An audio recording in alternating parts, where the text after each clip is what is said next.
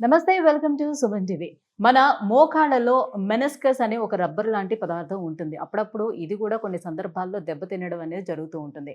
So ఎటువంటి సందర్భంలో meniscus tear అవుతుంది? సో దీన్ని నాన్ సర్జికల్‌గా మనం ఏ రకంగా ట్రీట్ చేసుకునే అవకాశం ఉంటుంది? అసలు ఆ ఆప్షన్ ఉందా లేదా?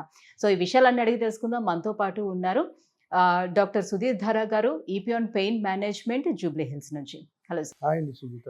సార్, ఫస్ట్ ఆఫ్ ఆల్ అసలు మెనిస్కస్ అనేది మన నీ జాయింట్లో ఎక్కడ ఉంటుంది? దాని పనితీరేంటి? నీ జాయింట్ ఈ రెండు పెద్ద బోన్స్ మధ్యలో ఉన్న పెద్ద జాయింట్, బిగ్ జాయింట్. ఎందుకు అది అంత బిగ్ ఉంటుందంటే మన బరువు అంతా అదే మోసేది. సో మన నడకలో కూడాను మన బరువుని మోస్తూ మనల్ని ముందుకు నడిపేదే నీ జాయింట్. చాలా ఇంపార్టెంట్ స్ట్రక్చర్.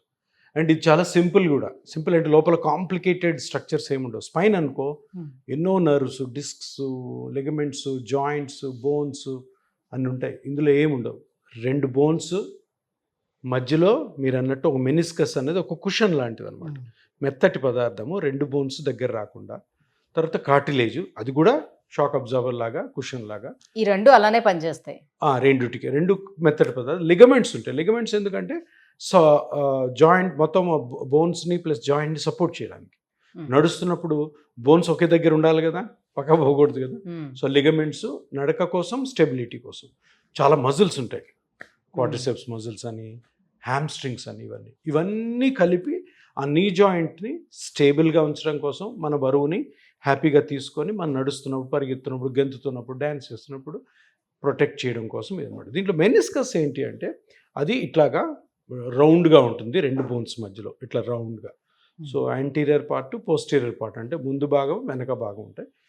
ఈ మెనిస్కస్ ఏంటి అంటే ఒక సాఫ్ట్ పార్ట్ కాబట్టి ఎక్స్ట్రీమ్ ప్రెషర్కి లోన్ అయితే, అంటే కింద పడితే, ఎవరన్నా కొడితే, నువ్వు పోయి నీ మోకాలు ఎక్కడైనా తగిలితే అది క్రాక్ అవుతుంది. సో మెనిస్కస్ ఇంజురీ అంటారు. సో మెనిస్కస్ ఇంజురీ అయినప్పుడు ఏమవుతుంది, అక్కడ ఆ stability plus also cushioning effect పోతుంది. పోయినప్పుడు పెయిన్ వస్తుంది. మెనిస్కస్ కూడా కొంత పార్ట్ నర్వ్స్ ఉంటాయి కాబట్టి అక్కడ నుంచి కూడా పెయిన్ వస్తుంది. ఇది కాక మజిల్ మెనిస్కస్ కట్ అయినప్పుడు, ఇప్పుడు మనము నడుస్తున్నాము కదా, కట్ అయిన చిన్న ముక్క ఉంటుంది చూడు, ఆ ముక్క కానీ అక్కడే ఉండకుండా పక్కకు జాయింట్లోకి వచ్చింది అనుకో, మొక్క లాక్ అయిపోతుంది. నడుస్తున్నప్పుడు మనం నడవడం అంటే కాలు ఇట్లా మడిచి ఇట్లా ముందుకేస్తాం, మడిచి ముందుకేస్తాం కదా, ఇట్లా మడిచి ముందుకేస్తున్నప్పుడు ఆ మెనిస్కస్ చిన్న కట్ అయిన పార్ట్ కానీ జాయింట్లోకి వస్తే ఇది రాదు, స్టిఫ్గా స్టక్ అయిపోతుంది. అప్పుడు ఇటు పట్టుకొని మళ్ళీ ఇదిలిచ్చుకొని వెళ్తారు. సో మెనిస్కస్ డ్యామేజ్ అవడంలో ఒకటి కొంతపాటి నొప్పి ఉండొచ్చు, తర్వాత స్టెబిలిటీ కొంచెం తగ్గచ్చు. ముఖ్యమైనది లాకింగ్ అంటారు. నడుస్తున్నప్పుడు లాక్ అవుతుంది. ఇట్లా నడిచినప్పుడు మోకాలు మడిచి ముందుకేస్తుంటే ఆ ఫ్రీ మూమెంట్ అట్లా మడిచినప్పుడు అట్లే మడుచుకొని రాదు. ఇట్లా ఇచ్చినప్పుడు ఇదిలిచ్చినప్పుడు ఆ జాయింట్ నుంచి మళ్ళీ సైడ్కి వస్తే మళ్ళీ నడుస్తారు. సో మెనిస్కస్ డ్యామేజ్ అయ్యింది అంటే ఈ సిమ్టమ్స్ మనం ఎక్స్పెక్ట్ చేయొచ్చు. సో లిగమెంట్ టేర్ కి మెనిస్కస్ టేర్ కి చాలా మంది కన్ఫ్యూజ్ అవుతూ ఉంటారు. రెండిటికి డిఫరెన్స్ ఎట్లా? ఇదే అంటే ప్రతి దాని వల్ల కూడా కొంత నొప్పి రావచ్చు. కానీ ఇక్కడ పాయింట్ ఏంటంటే, సరే మెనిస్కస్ డ్యామేజ్ అయ్యింది, ఏం చేయాలి? అందరూ ఏమనుకుంటారు, ఆ మెనిస్కస్ డ్యామేజ్ అయింది, ఎంఆర్ఐలో మెనిస్కస్ ఉంది, ఆపరేషన్. అన్నిటికీ ఆపరేషన్కి అవసరం. కొన్నిటికి ఆపరేషన్ చేయాలి, కొన్ని ఆపరేషన్ చేయకూడదు. సో ఎలాగ వెళ్ళాలి? ఇప్పుడు ఈరోజు నేను పడ్డాను, నా మోకాలు ఇంతలా వాసింది, భయపడి పరిగెత్తి వెంటనే ఎంఆర్ఐ తీసాం. ఎంఆర్ఐలు ఇప్పుడు ఫుల్ అవైలబుల్ ఉన్నాయి కదా, చిన్న చిన్న ఊర్లో కూడా ఎంఆర్ఐ తీస్తాం. ఎంఆర్ఐలు ఏముంటాయి, చాలా ఫైండింగ్స్ ఉంటాయి. బ్లడ్ కలెక్ట్ అయి ఉంటుంది. ఇంతలా వాసిందంటే బ్లడ్డే కదా, ఇంకేమొస్తుంది అక్కడ? బోన్ ఫ్రాక్చర్ అయి ఉండొచ్చు, మజిల్ క్రాక్ అయి ఉండొచ్చు, మెనిస్కస్ క్రాక్ అయి ఉండొచ్చు, లిగమెంట్స్ క్రాక్ అయి ఉండొచ్చు. కొలేటరల్ లిగమెంట్స్ అని ఈ సైడ్లో ఉంటాయి, ఏసీఎల్ అని లోపల ఉంటుంది, పీసీఎల్ అని వెనకాల లోపల ఉంటుంది. ఇవన్నీ కూడా ఏమన్నా జరగచ్చు. ఎందుకంటే అప్పుడే ఇంజరీ అయింది కదా, అప్పుడే ఇంజరీ అయింది. సో వెంటనే నువ్వు ఎంఆర్ఐకి వెళ్ళగానే ఇవన్నీ కనపడతాయి. అందరూ ఏమనుకుంటారు, అమ్మో నాకు లిగమెంట్ కట్ అయింది, అమ్మో నా మెనిస్కస్ కట్ అయింది, ఇంకా వెంటనే ఫ్యూచర్లో ఇంకా నేను నడవలేను అనుకుంటారు. చాలా తప్పు. ఇంజరీ అయినప్పుడు తప్పకుండా రెస్ట్ ఇవ్వాలి. దెబ్బ తగిలింది, ఎందుకు రెస్ట్ ఇవ్వాలి? ఫస్ట్ ఈ బ్లడ్ ఉందా లోపల, అంతా అబ్జర్వ్ అయిపోతుంది, ఆటోమేటిక్ అబ్జర్వ్ అయిపోతుంది.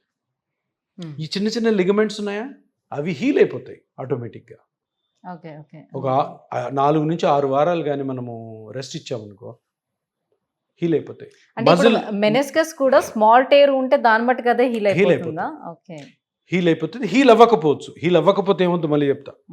మెనిస్కస్ హీల్ అయిపోవచ్చు, ఏసీఎల్ పీసీఎల్ హీల్ అయిపోవచ్చు, కొలేటరల్ లిగమెంట్స్ డ్యామేజ్ హీల్ అయిపోవచ్చు, మజిల్స్ కూడా హీల్ అయిపోవచ్చు. బోన్ ఫ్రాక్చర్ అయితే ఒకవేళ అప్పుడు ఫ్రాక్చర్ని ఎంత వీలైతే అంత తొందరగా ఫిక్స్ చేయాలి. తప్పకుండా బోన్ అతికించాలి. అంటే బాగా పెద్దగా ఫ్రాక్చర్. ఇక్కడ ఈ మెనిస్కస్ గురించి మాట్లాడుతున్నాం కాబట్టి మెనిస్కస్ డ్యామేజ్ అయింది సార్, నేను 6 వారాలు మీరు చెప్పినట్టే రెస్ట్ తీసుకున్నాను, తర్వాత నాకు ఎలా ఉండబోతుంది? 6 వారాలు అయిన తర్వాత మీరు మామూలుగా నడవడం స్టార్ట్ అయిపోతుంది, ఏ ఇబ్బంది లేకుండా. ఇది ఒక సెట్ ఆఫ్ పేషెంట్స్లో జరుగుతుంది. ఒక సెట్ ఆఫ్ పేషెంట్స్లో నొప్పి ఉంటుంది. ఒక సెట్ ఆఫ్ పేషెంట్స్లో మూడో సెట్ నొప్పితో పాటు నడకలో డిఫరెన్స్ వస్తుంది. మూడే, ఒకటి కంప్లీట్గా 6 వారాల తర్వాత హీల్ అయిపోద్ది, ఇంకొకటి నొప్పి ఉండొచ్చు, నొప్పే నడుస్తున్నప్పుడు నొప్పి, మూడోది నడకలో ఇబ్బంది. నడకలో ఇబ్బంది ఎలా ఉండొచ్చు? నడుస్తున్నప్పుడు ఇట్లా స్లిప్ అయిపోవచ్చు, కాలు నడుస్తుంటాం పట్టు ఉండదు, అట్లా మళ్ళీ గోడ పట్టుకోవాల్సి వస్తుంది, అదొన్నా ఉండొచ్చు. లేదు నడుస్తున్నప్పుడు మోకాలు లాక్ అవుతుంది. ఇంతకుముందు చెప్పాను కదా, ఇట్లా నడుస్తుంటాం కాలు ఇట్లా మడిచి ఇట్లా ముందుకేస్తాం, మడిచి ముందుకేస్తాం, ఇట్లా ముడిచి అట్లా పట్టుకుపోతుంది. స్లిప్ కాదు, పట్టుకుపోవడం. స్లిప్ అంటే ఇన్స్టెబిలిటీ, అది కాదు. మెనిస్కస్లో ఇన్స్టెబిలిటీ ఉండదు, అట్లా పట్టుకుపోతుంది, లాక్ అయిపోతుంది. లాక్ ఎందుకు అవుతుంది అంటే ఈ మెనిస్కస్ కట్ అవుతుంది కదా పడినప్పుడు, ఆ కట్ అయిన ముక్క నడుస్తున్నప్పుడు జాయింట్లోకి వస్తుంది.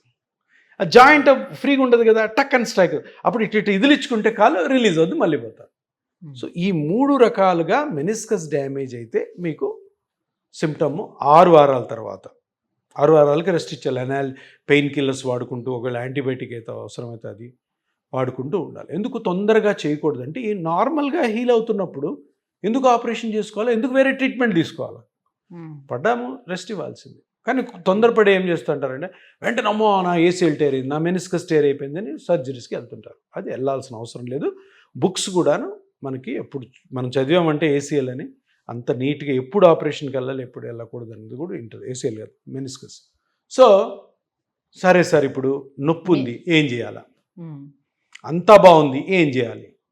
లేదు మెనిస్కస్ క్రాక్ అవ్వడం వల్ల లాకింగ్ ఉంది, ఏం చేయాలి? నెక్స్ట్ క్వశ్చన్ ఇవి 3. సో నొప్పి ఉంది, నొప్పి మెనిస్కస్ వల్ల 6 వారాల తర్వాత రాదు. అంటే రావచ్చు, కానీ అప్పటికి కూడా 6 వారాల తర్వాత కూడాను నొప్పి వస్తుందంటే మెనిస్కస్ కాకుండా వేరే ఏమన్నా స్ట్రక్చర్స్ డ్యామేజ్ అయినా చూసుకోవాలి. దాంట్లో ముఖ్యమైనది మజిల్, దాంట్లో ముఖ్యమైనది కార్టిలేజ్ కూడా దెబ్బతినొచ్చు, కార్టిలేజ్ వల్ల కూడా పెయిన్ రావచ్చు. సో పెయిన్ వచ్చింది, నా మెనిస్కస్ క్రాక్ అయింది, 6 వారాలు రెస్ట్ తీసుకున్నాను, దాని తర్వాత మెనిస్కస్ ఆపరేషన్కి వెళ్ళాలి అని గ్యారంటీ లేదు. సో మెనిస్కస్ కాకుండా ఆ నొప్పే ఉండి ఉంటే నొప్పి కోసం మళ్ళీ అది స్కానింగ్ చేసుకొని చూసుకొని మనము దానికి ట్రీట్మెంట్ ఇచ్చుకోవాలి. అదే లాకింగ్ ఉంది, నడుస్తున్న పట్టుకుంటుంది 6 వారాల తర్వాత, అప్పుడు ఆర్థ్రోస్కోపిక్ సర్జరీకి వెళ్ళొచ్చు. 100% వెళ్ళాల్సిన అవసరం లేదు. అది కూడా అప్పుడు ఇండికేషన్ వస్తుంది ఆపరేషన్. అంటే ఇవంతా బుక్స్ చెప్తాయి మనకి. రైట్. ఇప్పుడు మనకు ఉన్నటువంటి అవైలబుల్ ఉన్నటువంటి నాన్ సర్జికల్ ట్రీట్మెంట్ పిఆర్పి అని అంటే జనరల్గా అందరికీ ఉన్నటువంటి అవగాహన ఏంటంటే, సో ఏదైతే అరిగిపోయిన కార్టిలేజ్ ఉందో దాన్ని రీజనరేట్ చేయడానికి ఉపయోగపడుతుంది అని. ఈ మెనిస్కస్ టేర్స్కి ఏ రకంగా ఉపయోగపడుతుంది? సో ఇప్పుడు మెనిస్కస్ టేర్ ఉంది, లాకింగ్ లేదు, పెయిన్ ఉంది, ప్లస్ ఇతరత్ర అంతా బాగానే ఉంది. మెనిస్కస్కి పిఆర్పి ఎక్సలెంట్గా పనిచేస్తుంది. మెనిస్కస్ టేర్కి ఆర్ మెనిస్కస్ టేర్ ఉన్నా లేకపోయినా నొప్పి ఉందంటే ఆ నొప్పి స్ట్రక్చర్ వేరేది ఉండొచ్చు. కొలేటరల్ లిగమెంట్ అయి ఉండొచ్చు, కార్టిలేజ్ అయి ఉండొచ్చు, ఆర్ మజిల్ అయి ఉండొచ్చు. ఈ మజిల్స్, ఈ 3 స్ట్రక్చర్స్ కూడాను హీలింగ్కి, అవి తొందరగా హీల్ అవ్వడం కోసం పిఆర్పి చాలా బాగా పనిచేస్తుంది. So plasma therapy, PRP or growth factor therapy, ఏదైనా ఒకటే పేర్లు. సో వీటిని కరెక్ట్గా యూజ్ అంటే ఇక్కడ నాలెడ్జ్ ఏముండాలంటే, అసలు ఆ రోజు ఆ పేషెంట్కి ఈ రెస్ట్ తర్వాత ఏ ఇబ్బంది ఉంది, ఆ ఇబ్బందిని కనుక్కొని స్కానింగ్ చేసుకొని ఆ ఇబ్బందికి తగ్గ స్ట్రక్చర్ ఏది కనుక్కొని దానికి పిఆర్పి చేయడం ద్వారా మంచిగా రికవర్ అవుతారు, మంచి హీలింగ్ జరుగుతుంది. ఇప్పుడు ఈ పిఆర్పి కూడా మీరు చెప్పినట్టుగా 6 వారాల టైం తీసుకున్న తర్వాత స్టార్ట్ చేయమని అంటారా, లేకపోతే బిఫోరే చేసుకోవచ్చా? ఎప్పుడైనా దెబ్బ తగిలినప్పుడు రెస్ట్, 6 వీక్స్ రెస్ట్ తప్పకుండా. ఎందుకంటే ఏ ట్రీట్మెంట్ అవసరం లేకపోవచ్చు 6 వారాల తర్వాత మామూలు అయిపోవచ్చు దాని ఊరికి అనవసరంగా పిఆర్పి చేయడం. ఇప్పుడు పిఆర్పి చెయ్యాలి అంటే తప్పకుండా మనము ఏ స్ట్రక్చర్ అయితే డ్యామేజ్ ఉందో దానివల్ల పేషెంట్స్ బాధపడుతున్నాడు అన్నప్పుడు రెస్ట్ ఇచ్చిన తర్వాతే చేయాలి రూల్ ప్రకారం.